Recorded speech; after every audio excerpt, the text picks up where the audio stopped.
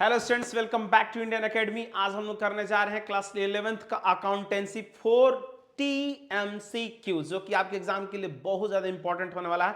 Top 40 MCQs दे रहे हैं। बहुत सारे बच्चों ने कमेंट करा कि मैंने पढ़ाई नहीं करा, मैंने पढ़ाई नहीं करा। कोई बात नहीं, पढ़ाई नहीं करा है तो मैं जो आपको क्वेश्चंस देने वाला हूं, जाकर के उसको क्या करना है, आराम से आपको वीडियो को स्किप नहीं करना है और ध्यान से क्या कर लेना है पढ़ लेना, sorry.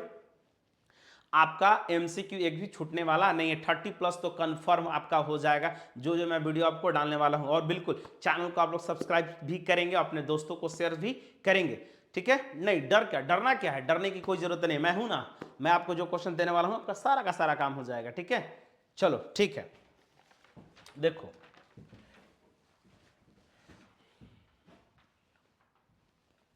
Who invented the double entry system of book. Double entry system book का इन्वेंटेड किसने किया था?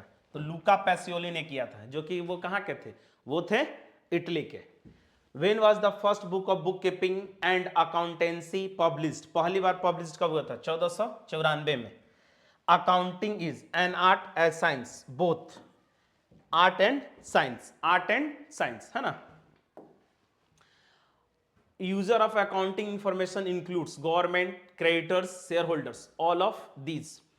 At the end of financial year, after sale of goods worth rupees 2 lakhs, there was a closing stock of rupees 10,000. This is an event. This is an event. Option number A, 5 का A. Bookkeeping is the art of recording business dealing in set of books. Who said? इसने किसने कहा? Book keeping is the art of recording business dealings in set of books. Who said? ये बात किसने कही है? J R. Bartley, Aaron Carter, William Pickles. William Pickles is the right answer, B. Which of the following is not a sub field of accounting. इनमें से सब field of accounting कौन सा नहीं है? A, book keeping. Which of the following may be called the language of the business. Accounting is the language of the business.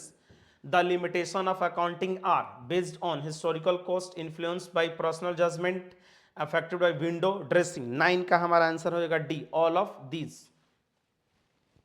Who is not user of accounting information? Accounting कौन से users नहीं है? Minors. Fixed assets include, fixed assets में क्या क्या शामिल होता है? फिक्स्ड एसेट्स में तो closing stock, payment in advance या डेटर या फर्नीचर। फिक्स्ड एसेट्स में शामिल होता है फर्नीचर, बाकी सब करंट एसेट्स है।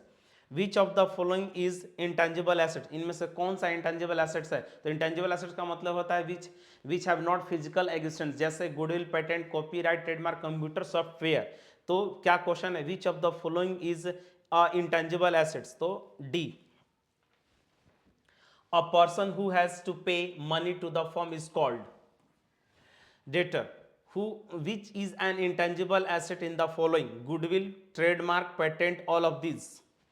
Advantages of double interest system are scientific systems, knowledge of the financial positions, entry both. 15 का आंसर हमारा हो जाएगा D, all of these. Which of the following is not a business transaction. इनमें कौन सा business transaction नहीं है? तो पर्सनल बैंक अकाउंट से अपने बेटे का फी देना। Basis of accounting is accrual cash, both A and B, C, है ना। Option number C. Which of the following accounting equation is correct. देखिए, इक्वेशन इज करेक्ट, कौन सा इक्वेशन इसमें करेक्ट है?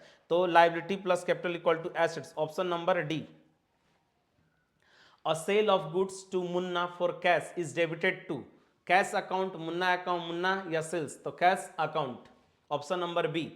डेबिट सिग्निफाइज, डेबिट किसको signify कर रहा है? देखिए, इंक्रीज इन एसेट्स, कोई भी अगर एसेट बढ़ता है तो डेबिट होता है। डिक्रीज इन कैपिटल, अगर कैपिटल घटता है तो डेबिट होता है। अगर लाइबिलिटी हमारा घट रहा है तो भी डेबिट होता है, यानी कि ऑल ऑफ दिस। 20 का D. Find the correct statement, credit और डिक्रीज इन एसेट्स। कोई भी अगर एसेट घटता है तो क्रेडिट होता है।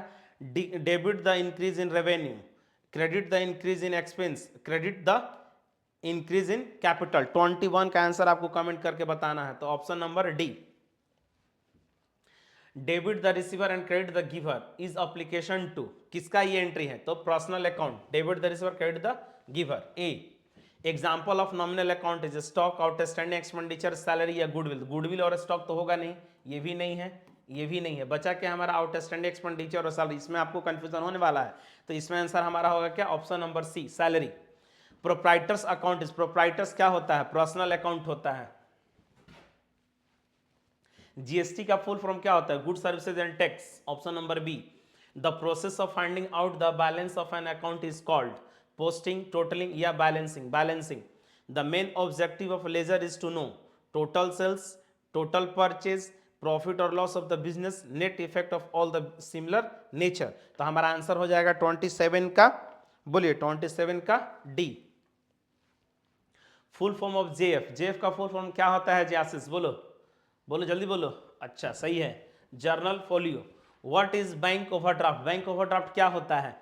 बैंक ओवरड्राफ्ट लोन अकाउंट होता है।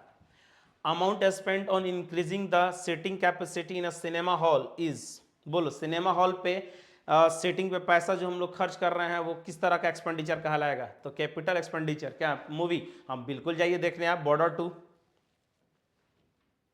क्या बॉर्डर 2? बॉर्डर 2 का डायलॉग क्या बोल रहे हैं? बॉर्डर 2 का डायलॉग है एक, हमको भी आता है, बोल सकते हैं। मैं अगर अपने बीवी और बच्चों के लिए सर झुका सकता हूं तो सबके सर काट भी सकता हूं। ये मैंने देखा मूवी। हाँ बिल्कुल, बॉर्डर 2 आप लोग देखने जाइए, अच्छा अच्छा मूवी है। तुम देख लिया क्या?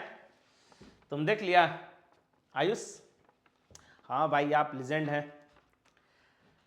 चलिए, bank reconciliation statement is prepared. Bank reconciliation statement is prepared हमारा क्या होगा?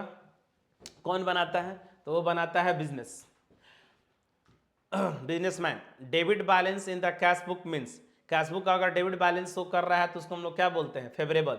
The main object of ledger is to know total sales, total purchase, profit और लॉस। चलिए बोलिए 33 का आंसर बोलिए आप लोग, 33 का D, net effect of all the similar nature. Question repeat भी हो गया ये। The process of finding out the balance of an account is called balancing. Prepaid expense given in the trial balance. Prepaid expense कहां दिया हुआ है? Trial balance के अंदर दिया हुआ है। कहां दिया हुआ है?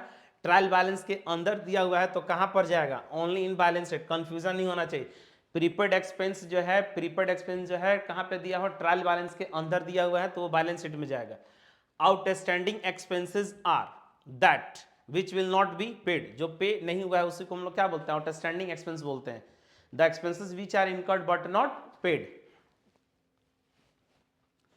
Outstanding wages is so in trial balance, it is so in trading account, profit and loss account। outstanding wages so in trial balance के अंदर दिया हुआ है, तो 37 का हमारा हो जाएगा सी, बैलेंस शीट के में जाता है। Excess of asset over liability is called, बोलो capital.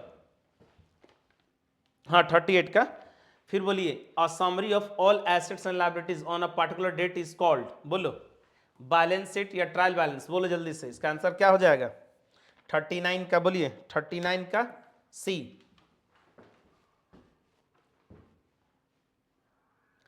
Balance of the account are transfer to trial balance. बोलिए कहां ट्रांसफर होता है?